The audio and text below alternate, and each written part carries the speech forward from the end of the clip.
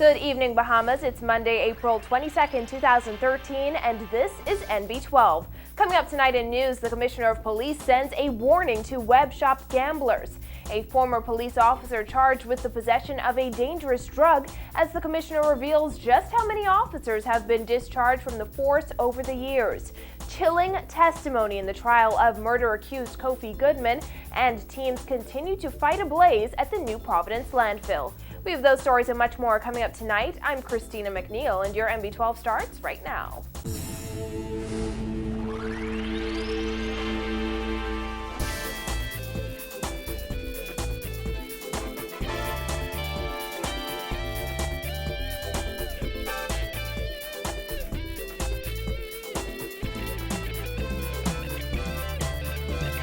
Thanks for joining us. Nearly 3 months after voters rejected the regulation and taxation of web shops in the gambling referendum, web shop gaming continues unabated. But that could soon change. Though he's been criticized in the past for failing to shut down numbers houses, Commissioner of Police Greenslade's comments on web shops took an entirely different tone today. During a news conference, he warned gamblers to be careful, adding that police could very well surprise them. Vonique Toot reports.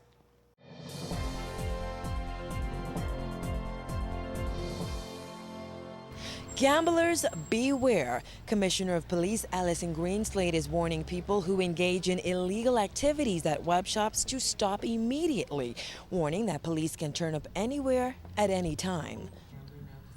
I am encouraging people to obey the laws of the Commonwealth of the Bahamas, and if you're gambling, you should stop, yes. If I'm going to be successful in mounting an operation, I can't tell people when. I have to do what I perceive to be the right things at the right times. And I don't want you to take that lightly, because we will turn up, and we can turn up anywhere. Greenslade has been heavily criticized for failing to shut down web shops, even after Chief Justice Sir Michael Barnett lifted a conservatory order which prevented authorities from taking action. However, the strong message he sent to gamblers today indicates that something could be in the works. He says it would defeat the purpose if those people committing illegal activities know when police are coming after them. My position is and always has been that where we determine it is appropriate for us to take a course of action, we will. But we're not going to say what date and time, when and where, and who, because that would defeat what we're trying to do. But I could assure you, if there's illegal activity taking place, I would suggest that those persons who are part of it should pay attention. We could turn up at any time. Greenslade stated last week Tuesday that no one can tell him how to do his job.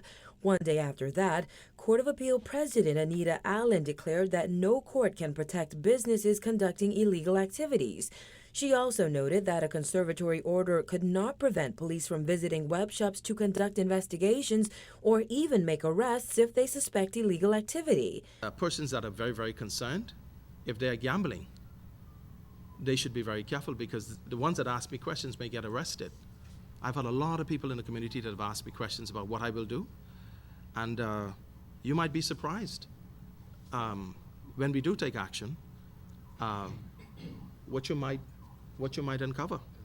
Bahamians voted against the regulation and taxation of web shops, as well as the establishment of a national lottery in the gambling referendum held on January 28th.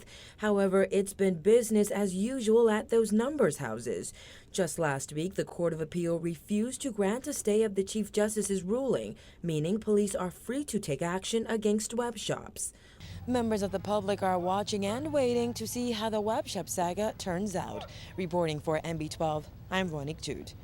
Well, hours after being discharged from the Royal Bahamas Police Force, a former woman police constable was arraigned in the magistrate's court this afternoon for possession of dangerous drugs. According to police reports, 27-year-old Tony Atia Sweeting was in uniform and on duty when she was arrested at Lyndon Pinling International Airport on Friday. The prosecuting officer informed the court that more than 3 pounds of cocaine were discovered.